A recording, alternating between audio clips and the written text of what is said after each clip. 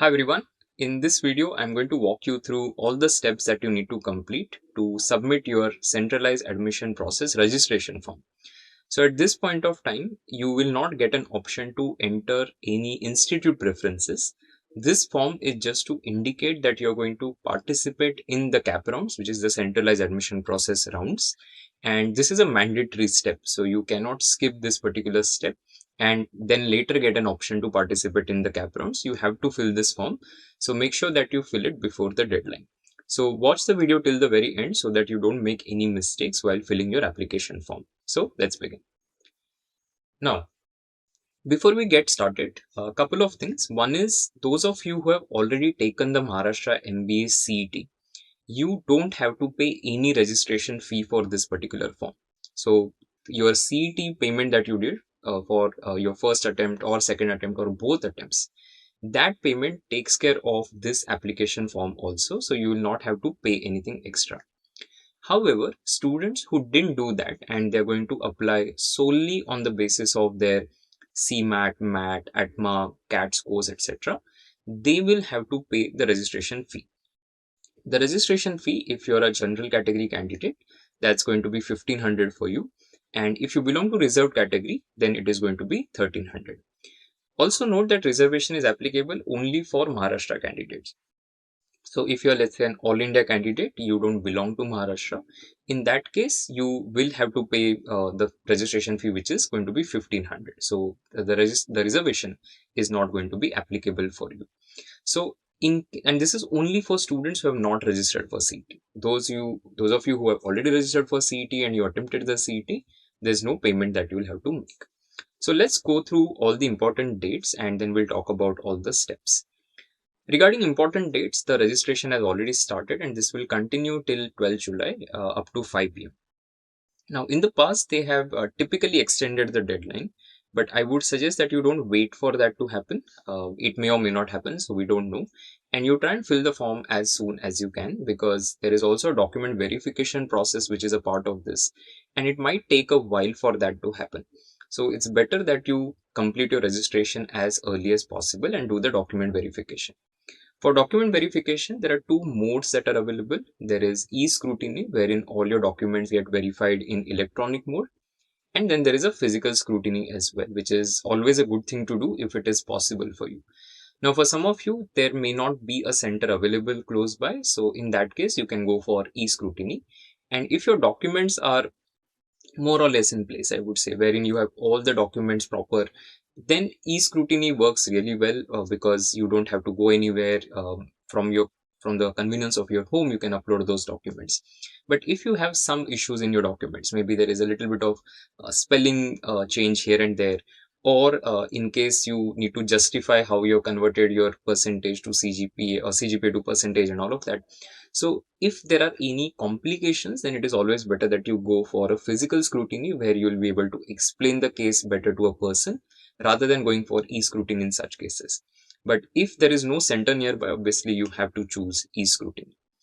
So to complete the e-scrutiny or the physical verification of documents, you have time till 13 July. So that's going to be one additional day till 5 p.m. Now, based on whatever submissions happen, so let's say 1.3 lakh candidates took the CET. Out of that, let's say only 60,000 or 65,000 decide to participate in CAP rounds. So they will fill this form. For these students who have completed the CAP form, their name will feature in the provisional merit list. Now, what's the difference between a provisional merit list and a final merit list? Let's say in provisional merit list, your name appears and against that there is some error in the data. Maybe your graduation percentage should be so much, but it is so much, or your 10, 12 marks haven't been captured correctly, etc. In that case, you can raise a grievance and through that they will check whether they need to fix anything. They will fix that and release a final merit list. So provisional merit list is on 15 July. Submission of grievances is till 18 July. So you get 16, 17, 18 July for that. And then display of final merit list is 20th July. Now, if we go by the past data, most of the times there is a delay that happens because sometimes they will extend the deadline for CAP registration itself. So these dates can get pushed, but again, let's not assume that they will get pushed. Make sure that you complete everything in time and don't wait for them to extend deadlines. Okay, so let's begin. Now on the CAP website, right? So I'm going to give you a link also in the description. You can begin from there, or you can go to CET Cell website and just click on CAP, and there is the latest year that is mentioned, and then click on MBA MMS. Once you do that, you will be taken to this particular homepage. Now on this homepage, on the left hand side, you will see candidate login, candidate registration, and all of that. Where you have to begin is candidate registration. There is also admission notice that they have given, and I suggest that all of you go through it word by word. So make sure that you read the entire document so that you don't make any mistakes. I don't think it's wise to cover the entire content of that document in this video, and that is why I would suggest that you have a look at that. Those of you who have very straightforward application, there are no complications, you don't have any questions regarding your type, your candidature type and all of that, in that case, even if you skip it, it's still fine. But otherwise, I would suggest that you go through it. It's not going to take a lot of time. What they've also done is on the same website, they have given seat matrix and cutoff list of cap round from last year. So this is useful because you can go through this to identify for a certain institute what the cutoffs were like for individual cap rounds, which is 1, 2, and 3. So what percentile will take you where is something that you can identify from here. Also, we have something called B School Zone, which is part of, it's an IMS initiative wherein we have given CET cutoffs of some of the top colleges. So again, I'll give a link in the description. You can check it out from there. But otherwise, because we have covered a limited number of institutes, for anything outside that, I would suggest you have a look at these CAP documents from last year that are available so that you know exactly what happened last year, and then you can use that to decide which options to put in the preference form. But as I said, this is not a preference form. This is just to register for CAP, wherein you fill factual information and then preferences are supposed to be entered after the final merit list is announced. So nothing to be done at this point of time. Now for the candidate registration, if you're already registered, if you've taken the CET, right, you just have to enter your email ID and your password and you will log into the portal. In case you're a new user, you can click on register and then complete the registration process and then log into the dashboard. Once you log in, you're going to see like a very familiar thing, those of you who have taken CET. So you're going to see a centralized admission process registration tab there, right? So if you click on that, it is going to give you 3 options. There's technical education, agriculture, and higher education. What you need to click on is technical education, and within that you will select Master of Business Administration or MMS, right? So don't make the mistake of selecting something else. You are supposed to do CAP, technical education, and then MBA under that, under the PG. So this path, once you follow, it will take you to the homepage of the CAP registration form. On the left hand side, the part that is blanked out is where your ID will be visible. So it's going to be the unique application ID that you are going to have. And then you're going to see a page. On the left hand side, you will see all the things that you're supposed to fill. As you start filling the form, they will start unfolding. So right now you will not see all the options, but as you start filling the form, more options will be available to you. So here, firstly, it will show you application form registration status. Your form is unlocked, meaning at this point of time, you haven't locked your form. It's open for edit. Firstly, fill registration details. That tick you will already see, which means that they have your registration information. Second is going to be the scrutiny mode. Now for scrutiny mode, as I mentioned, there are 2 options available. Either you can do E-Scrutiny, wherein you upload documents and everything gets verified digitally. Or you can go to a physical center, which is what they call facilitation centers, FC, and do your document verification. So my suggestion is going to be very simple. If you have access to a physical scrutiny nearby, there is an FC nearby, please go there and finish it off. But for whatever reasons you don't have it, or you're not from Maharashtra, so you may not be able to travel for this, in that case, select the e-scrutiny mode. Okay. Now you can change this till the time you submit the final application. Okay. So right now, even if I choose e-scrutiny, I fill rest of the form, and then I feel like changing it to physical, I'll be able to do it. But again, it's not a very difficult call to take. So decide first of all what you're going to do, select that, and then move on. Now I'm going to show you how it looks, right? So if you select physical scrutiny, this is how it will appear. It will show you, it will give you an option first of all to select district, the FCs that are available, and then you can select a date. Then it will show you available slots, so you can decide when you want to go based on slots that are available, and just book that particular slot for document verification. The next part is candidate CET details, and when they say CET details, it's not CET as a test, it is basically entrance test score, right? So if you have taken CET, yes, you can submit that, but in case you have taken other exams as well, you will be able to add it here. So the question is, have you appeared for Maharashtra CET? I'm going to say yes. And if I want to submit one more additional score, I can do that.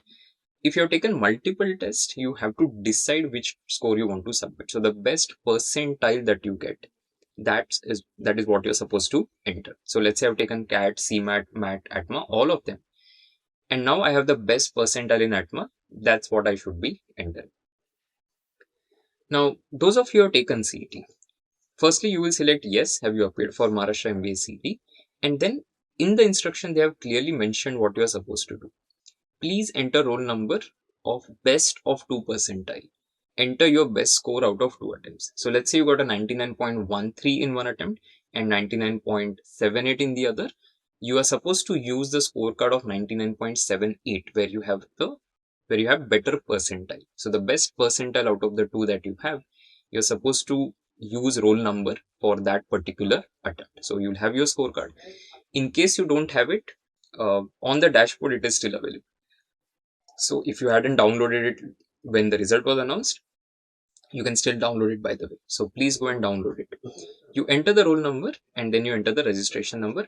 Both are clearly mentioned on your scorecard. Okay, so pick it up from there and enter it. Then in the following question, as you can see, it is going to ask you for other exams. If you have a score of some other exam which is better than your CET percentile, in that case, it makes sense to say yes and enter that information. But if you have a score which is lower than your CET percentile, then there is no point entering this information, right? Because whether it is this or CET, all of them are treated as all India tests for the all India category seats that are out there. For Maharashtra students, anyway, the CET score gets considered because they are eligible for Maharashtra seats. But if they are applying for all India seats as well, which they can submit this. But the point, or rather submission, makes sense only if you have a score which is better. Let me give you an example. Let's say your CET percentile is 98 and your CMAT percentile is 99.98. Now what will you do? Right? You will say that, okay, I've taken CET, I've got a 98 percentile there. But you should definitely submit your CMAT score because your CMAT 99.98 is going to create a very good option for you in the form of FIDNUM, if not JPIMS, right? So that is why you're supposed to submit that score. But let's say your CMAT percentile is 95 and you have CET 98. Then there is no point entering that CMAT percentile, right? It's not going to help you get any better option than your 98 percentile on the CET. So you decide on the basis of what scores you have. If it is something which is very low, there's no point entering. It is close by, then you can still enter. So let's say I have a 99.8 in CET, I have a 99.8 in CMAT as well. In that case, you can mention it, right? If you want to, let's say, do that, you can do it. Otherwise, you can skip it. So anyway, your best percentile is going to matter for the ranking purposes. And that's why you need to take a call. If you have any queries around this, let me know in the comment section and I'll try and get back as soon as I can. Okay. So you enter the information. For CMAT, they have just mentioned you have to enter your roll number and it will fetch the rest of the data. For other exams, you have to manually enter it. So if I've selected a CAT, I'll have to enter the roll number, the percentile, the total score that I've got, which is the scaled score, and all India rank. Now, all India rank, I don't think they should have made it mandatory, but they have. So you will have to calculate a rough rank. There's nothing else that you can do. In CAT, for example, if you got a 97 percentile, you want to submit that score. Out of 2.58 lakh candidates, just calculate a rough rank and you enter it. When you go for your document verification, if they ask you, you can always tell them that there's no rank which is explicitly given by the CAT, right? So they should not have made it a mandatory thing. So that's where it stands. Enter it if it makes sense. Otherwise, you can completely say no, that I don't want to submit test score from any of these. Now, if you appeared only for CET, anyway, this question is not of any use to you. You can simply select no and then proceed to the next part.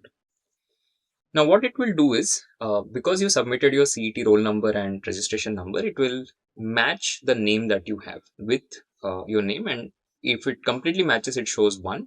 And if it shows something like a 0.83 or whatever, it is a partial match. So there's a slight difference between the name, the way it appears on your CET scorecard, and the candidate name that you have, right? So that slight difference it will highlight. As long as it is green, it's not a problem. Okay, so 0 is a problem. 1 is definitely not a problem. 1 is how it should be. So candidate name is what it will show you, and then the candidate CET percentile. So just check if this is the maximum percentile that you have obtained and it is capturing it correctly. That's a check that you need to do, and then you can proceed. Now, candidate CET fees 1500 is what it is showing. I don't have to pay this because I had already taken the CET. So it is showing how much I had paid at that point of time. Okay, so don't worry about that. Then comes the most important part, which is candidate type.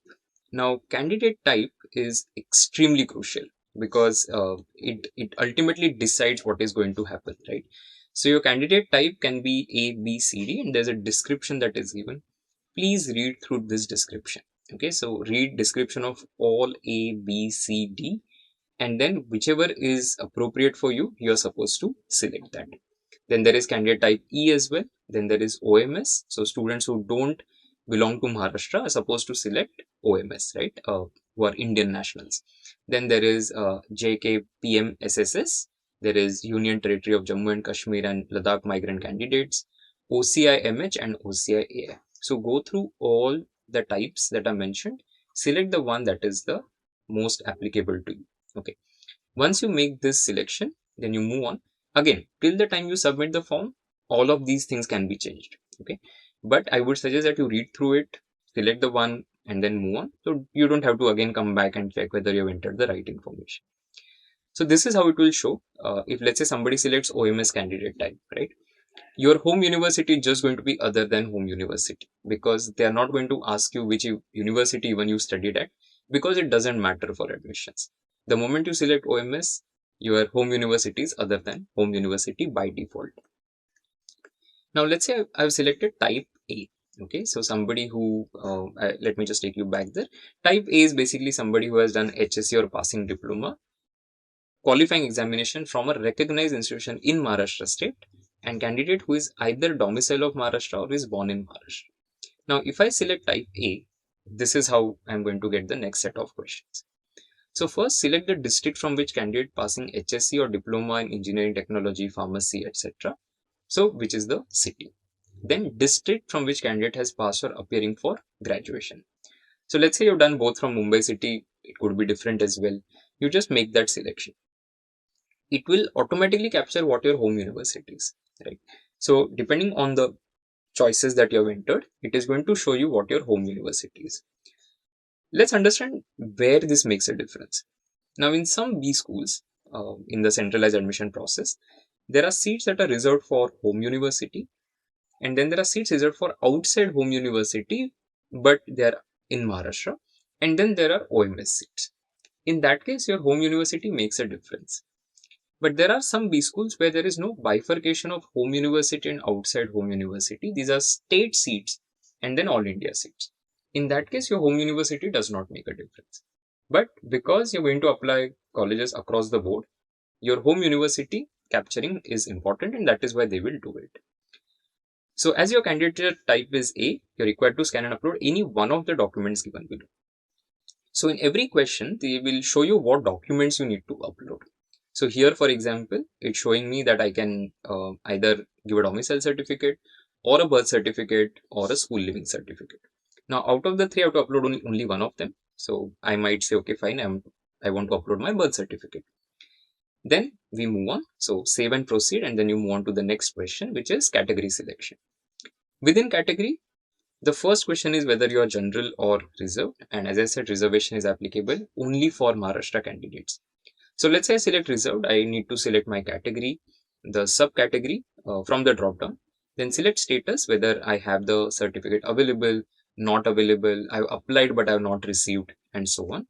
and then who is the issuing authority for that particular certificate. Then for PH students, the next set of questions, whether you belong to physically challenged category, so yes or no. If yes, then which type of physical disability it is.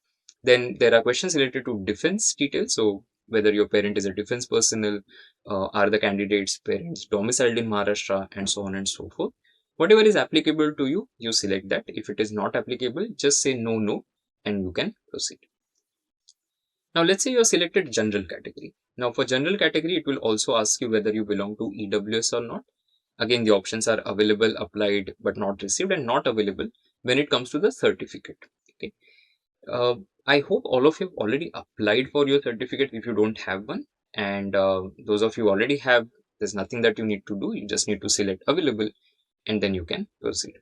If you have applied but not received, you will have to give some information about the application that you have made, and they give considerable duration before you are supposed to submit the final certificate, so there is time for that. But in case you are eligible, you don't have a certificate, I would suggest that you apply right away and then you can fill the form. Okay, now moving on to the next question, but prior to that, you within category, these are the documents that you will have to upload. Again, any one of the documents. So there is certificate of Indian nationality, or the school living certificate, or birth certificate. So can I select birth certificate for the previous question and this question also? The answer is yes, you can do that.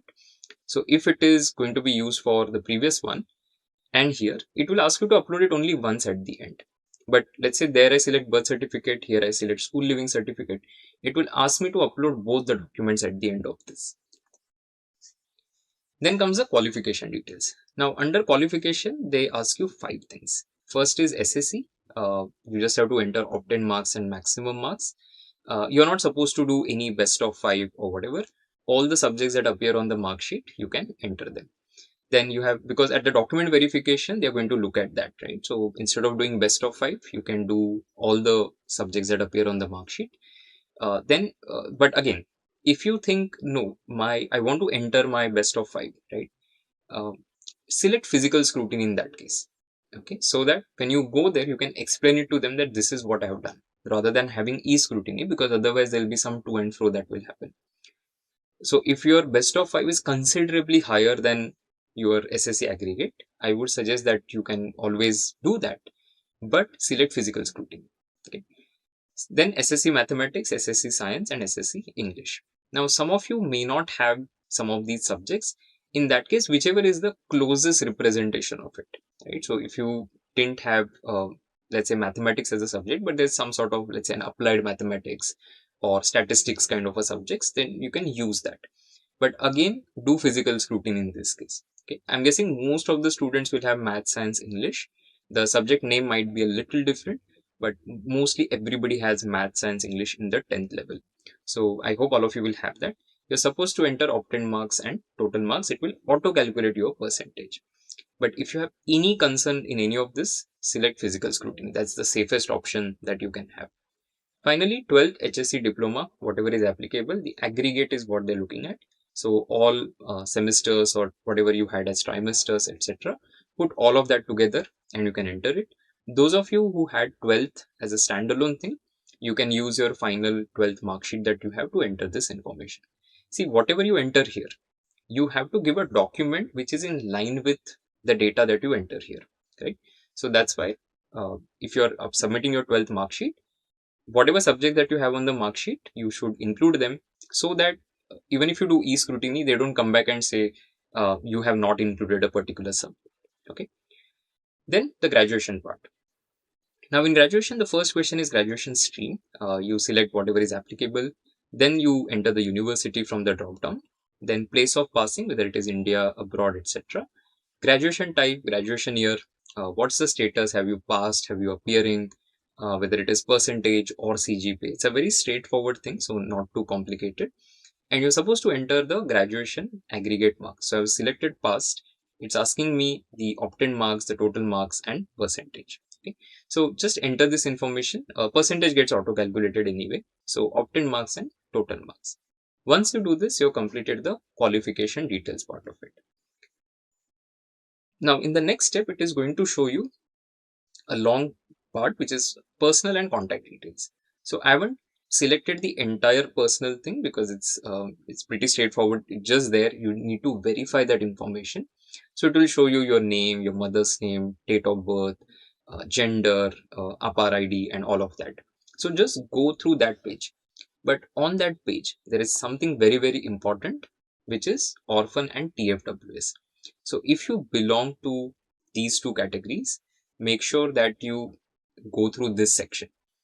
Otherwise, you can simply select no to both and move on. Now, if you're an orphan, you have to select yes and the type of orphan, whether it is institutional or it is non-institutional. In this case, you're going to need some documents that you'll have to upload, which I will show at the end. The annual family income is what you'll have to mention. And if this income range satisfies the requirement for TFWS, which is less than 8 lakh, in that case, you can also apply for tuition fee waiver scheme, TFWS. When you fill the centralized admission process preferences of institutes, that time you will be able to apply for these seats. Right now, you just need to indicate whether you want to apply for them or not. See, if you select yes here and you decide later that, okay, I don't want to try for those seats, that is possible. But if you select no here, you will not be able to change it later. And that's why if you meet the eligibility requirement, and it's simply a Google search, you can check out the exact specific requirements that are there. The income statement is what will be required as a proof. So if you are eligible for this, you will have to upload it, and you can select yes and then move on. Then you upload your photo. So pretty straightforward. It's just that I think the file size is 50 KB or something. So you'll have to use quickresize.com to reduce the file size if your file size is bigger than that. So you upload your photo. Surprisingly, there's nothing for signature, right? So you don't have anything which is mentioned about signature. But what they've given here is you have to scan photo with signature. So in the sample, they have given only photo, but they are saying scan photo with signature using a good quality scanner. So don't use your camera to take a photo of your photo. So recent photo within last 3 months, 3.5 by 4.5 and all of that, that's fine. And then they have written photo with signature. So just add a signature. Now, some of you may have already submitted the form. In that case, what, right? What you can do is when you go for document verification, right, you can just tell them that, okay, maybe I've not added my signature. I don't think it's going to be a very big problem, but just in case they highlight it, you will have to re-upload it. Okay, that's it about photo details. You just upload your photo and you're done. And then final section is documents. So they will give you the entire list of documents that you need to upload based on the responses that you're given to all the previous questions. So now, for example, the choices that I made, right? It is going to show me that this is a document list and you upload all of them. So here, firstly, you have to upload scanned documents. Please don't keep the document, take a photo of it and then upload those photographs. It's better that you go to, say, a nearby shop, photocopy centers, etc., and get the documents scanned thoroughly, right? So do a proper scanning of the documents so that your scrutiny will be smooth. Because if you take a photo and then you upload, etc., a lot of times they're not able to see it clearly. And then there is to and fro that will happen. So scan it using a scanner. That's the best thing that you can do. Then it will give you all the things. So firstly, it's JPG, PNG or PDF, right? Minimum 150 DPI, file size, etc. So all of those specifications that you'll have to follow. So now based on the responses that I gave, it is asking me to upload a long list of documents. Firstly, my 10th statement of marks, 12th statement of marks, birth certificate, domicile certificate, certificate of PWD because I said yes, graduation mark sheet, income certificate of parents because I selected TFWS, scorecard of CAT because I said I'm going to submit my CAT score as well, pro forma U because I selected yes for orphan, receipt of pro forma 5 for certificate of economically weaker section because I said EWS yes but I have not received the certificate, and scorecard of Maharashtra MBA CET, right, because that is required for all. And then APAR ID card, it is directly picking up because APAR was mandatory anyway. So I'll have to upload 11 documents. Your number can be different. For some of you, it might be just 6 or 7 documents. Whatever documents it will ask you to upload, you upload all of them. And once you're done with this, you will save and proceed. Now from here, I have not done the next steps because I don't want to participate in cap rounds, obviously. But what you will have to do is go through the entire application, right? So after this step, there are two things that can happen. One is you had paid for CET, you paid for CET, you took the CET, so you don't have to pay anything, which means the remaining thing for you is going to be checking the data, all the details are correct, and then confirming your application form. Okay, so that now you're going for e-scrutiny or physical scrutiny. The second case that might happen is that you didn't pay for CT, so you'll have to make a payment as we discussed in the beginning, and then you go for your scrutiny. So that's the end of it. Now, very, very important, the scrutiny takes some time. Physical scrutiny is much preferred over e-scrutiny because things get sorted then and there itself. You are in person there, somebody is going through your document, they will, if there's any issue, you can just talk to them, you can tell them, you can maybe show something on your phone that, hey, this is what additional document I have, you can maybe submit that also. Physical scrutiny is always better, but for whatever reasons it is not possible, select e-scrutiny, make sure that documents are scanned using a scanner, all of them are matching exactly with the data that you have entered on the form, and then do e-scrutiny as soon as you can. You may not hear back from them immediately, it might take 1 or 2 days for them to get back to you. Okay, but you have to complete all of this. The next step, which is what I didn't show, you will have to do that step, and then only it will show you that, okay, you have completed all the steps of the application form and now it has gone for scrutiny. So you need to have that sort of confirmation. Okay, so please do that. If you have any questions, then let me know, and I hope this has helped you. Thank you so much for watching. Wish all of you all the best, and we'll see if they make any changes to the application deadlines, but again, don't wait for that to happen. Okay, so that's about it. Thank you all for watching. I'll see you soon in the next one. Take care.